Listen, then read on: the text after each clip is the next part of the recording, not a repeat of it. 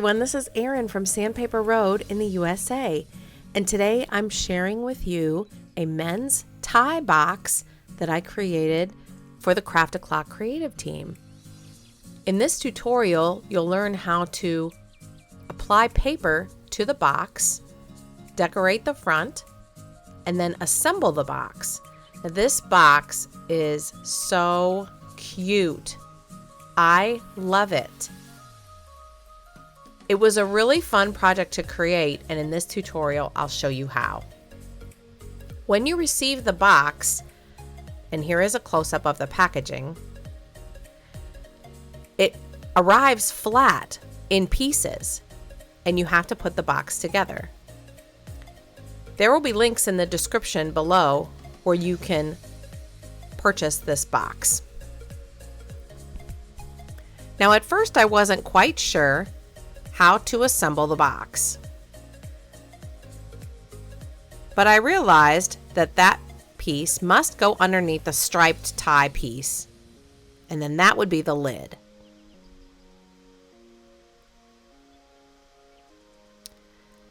I really recommend laying the box out and trying to assemble it slightly before you choose your papers, because then you get a better idea of what colors to use and where to place them.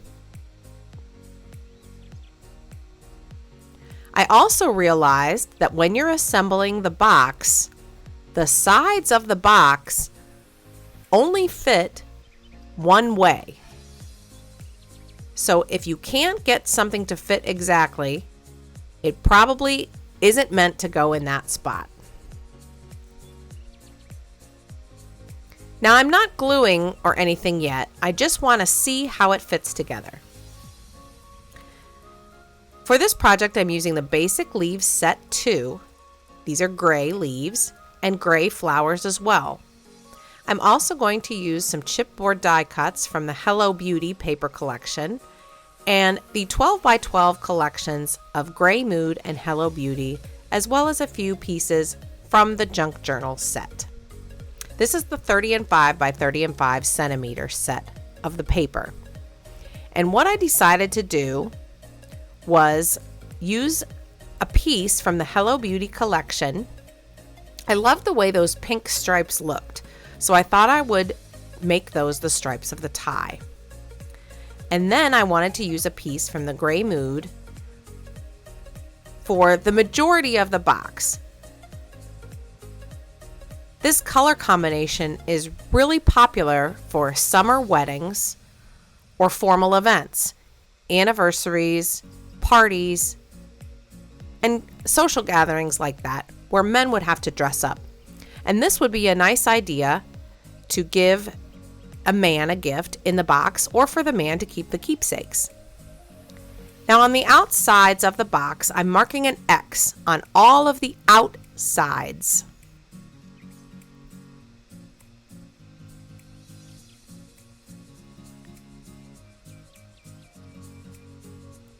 Even though it appears that it wouldn't matter, sometimes there are slight differences between the way a box fits, whether it's on the outside or the inside. So I like to make a mark on one side based on how I assembled it together in the beginning. This also helps me to know which side to put which pattern of paper. I'm just going to use a scrap piece of white so that you can see it better in the video.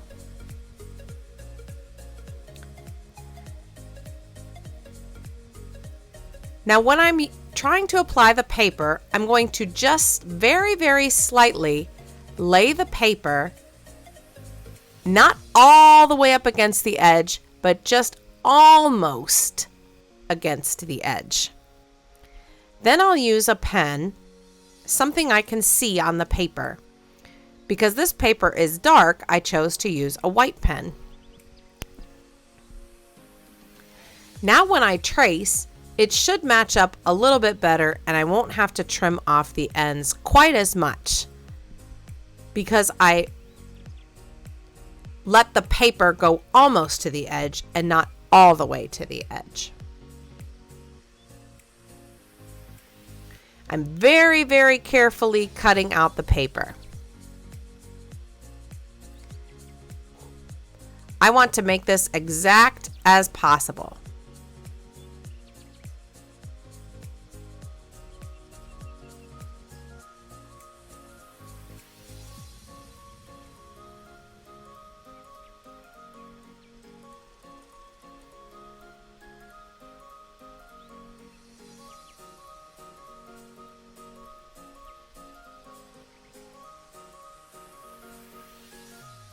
Now that I've got the paper cut, when I lay it on top, it's almost perfect.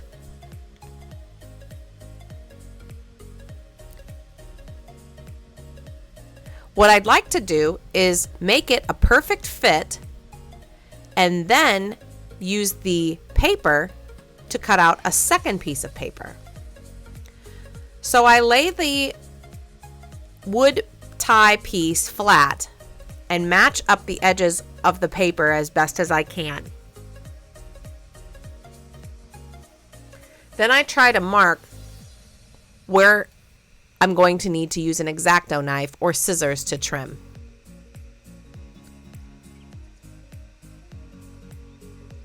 This is really helpful to get a perfect fit, and it's much easier to do this before you glue it on instead of after. Now that I've got a perfect fit, I'm going to make a second cut because I'm going to need paper on the front and the back of that piece.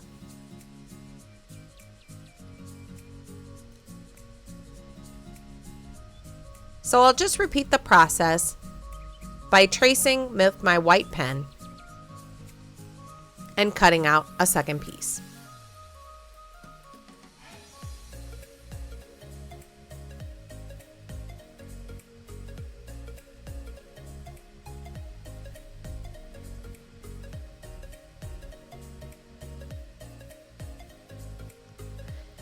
Now I put a mark that matches on the front and the back. That helps me to remember which side to glue. Now I'm going to work on the stripes, and I'm actually going to cut this piece of paper into all the individual striped pieces.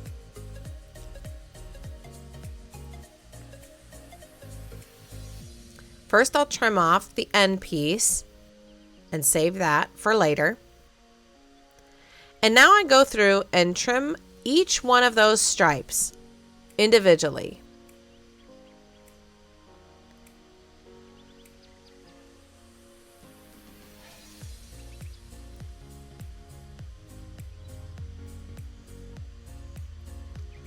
The stripes are just almost the exact perfect size that I need for the stripes on the box.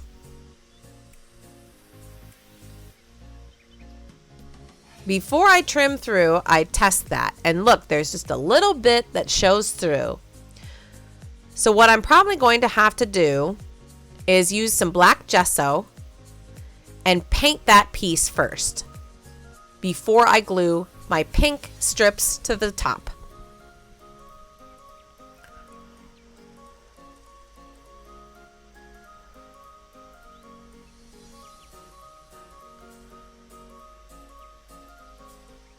Here you can see I've painted the top of the box with the black gesso, and now I'm assembling the paper strips right over top. This can be a little tricky because you want the assembly to look professional. And you want both sides to match.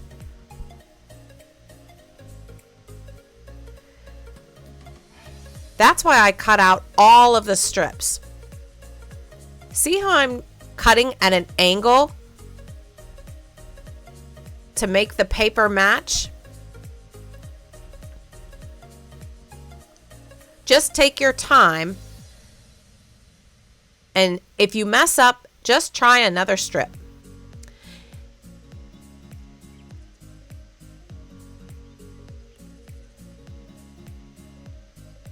I didn't need to paint the back with the black gesso because that piece was going to cover it up. Now I'll glue that gray piece onto the top, and I'm using this frame as a guide to make sure that it's centered. I won't glue the frame onto the top. I'm just using it as a guide.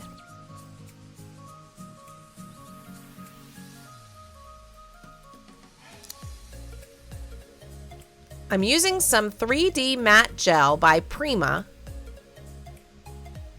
and I usually put some on my table and add a little bit of water, just a bit, so it spreads easier.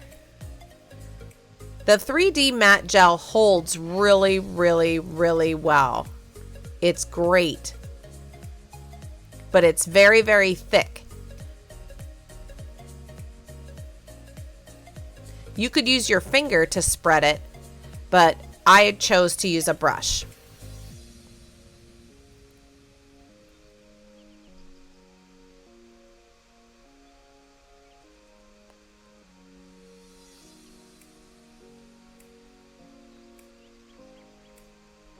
I have a little tiny pick tool in case I get some adhesive blobs in the cracks where I don't want them to be seen.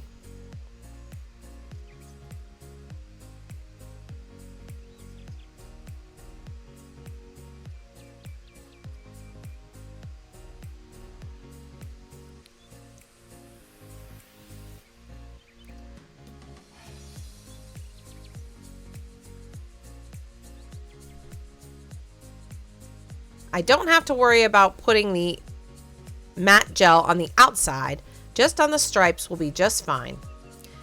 Now I lay the piece on there, and then I'll use the frame just to make sure that it's centered.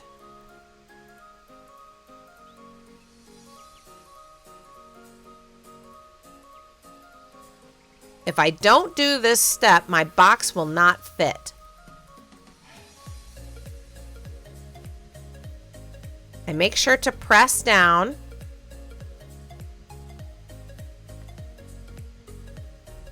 and clean up any glue from the inside cracks. That looks great. While that is drying, I'm going to use paper for the rest of the box.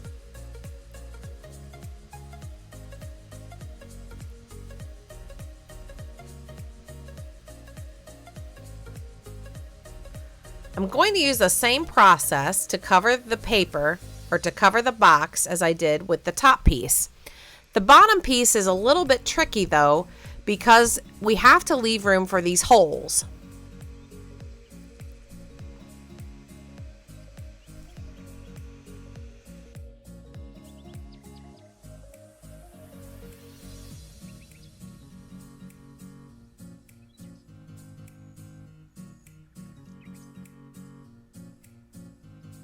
Next, I'm going to use the pattern paper that I chose, and I'm going to do this a little bit differently than I did with the top and the bottom of the box. Here, I'm actually going to glue the pieces onto the paper first, and then trim around the outsides.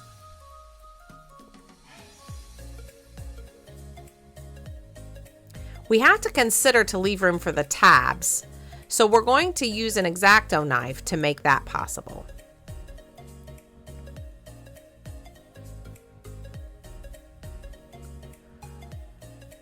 Also, we want to lay it on the paper where all the tabs line up next to each other. That way, the pattern paper, you don't want to do it that way. You want the pattern paper to all match up.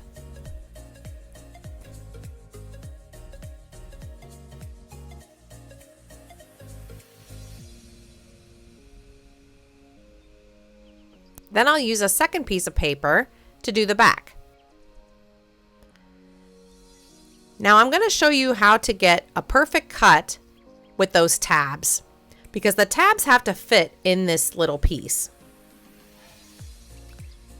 Now here's how you do it. When you apply your glue, you just do not glue the tabs.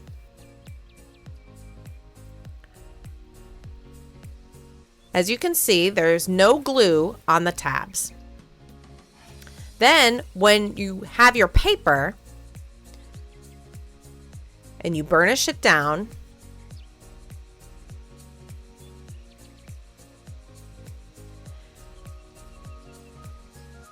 then what will happen is you cut around the outside.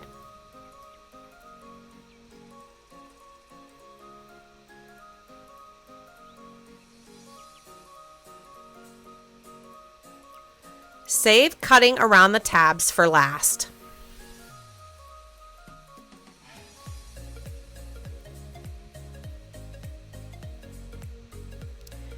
Now you can see there's the paper. We still need to cut that off.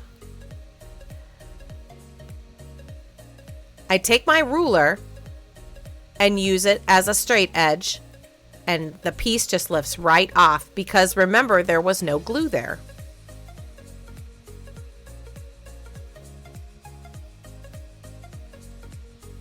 Now you have a perfect edge with no paper on the tab. And it pulls off easily because there was no glue there. You do that with all the pieces.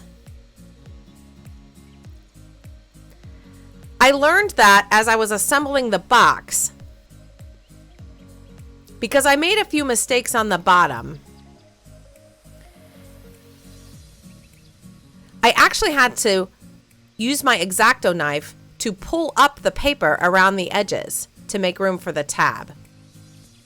Now I'll add a little bit of glue in the hole.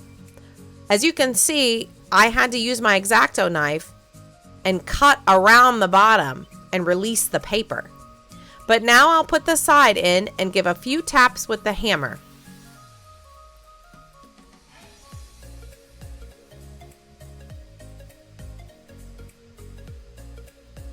I'm going to do this step with all of the sides. Just tapping a little gently with the hammer.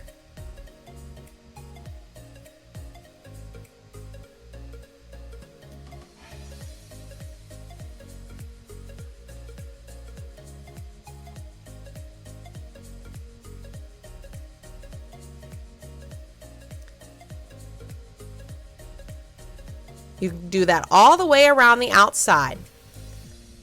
Then, this is the piece that fits on top. Now, there's really no way to glue it in except to glue a thin line of glue around the edge of the top. And here's what it looks like when it's finished. Here are some cardboard, chipboard die cuts, flowers, beautiful embellishments with leaves, and a little bit of paint spatter. And I love the way this looks. Beautiful. Thank you so much for watching. Hope you learned something. Thank you to Craft.o.clock for providing the products today. And we'll see you in the next video. Bye-bye.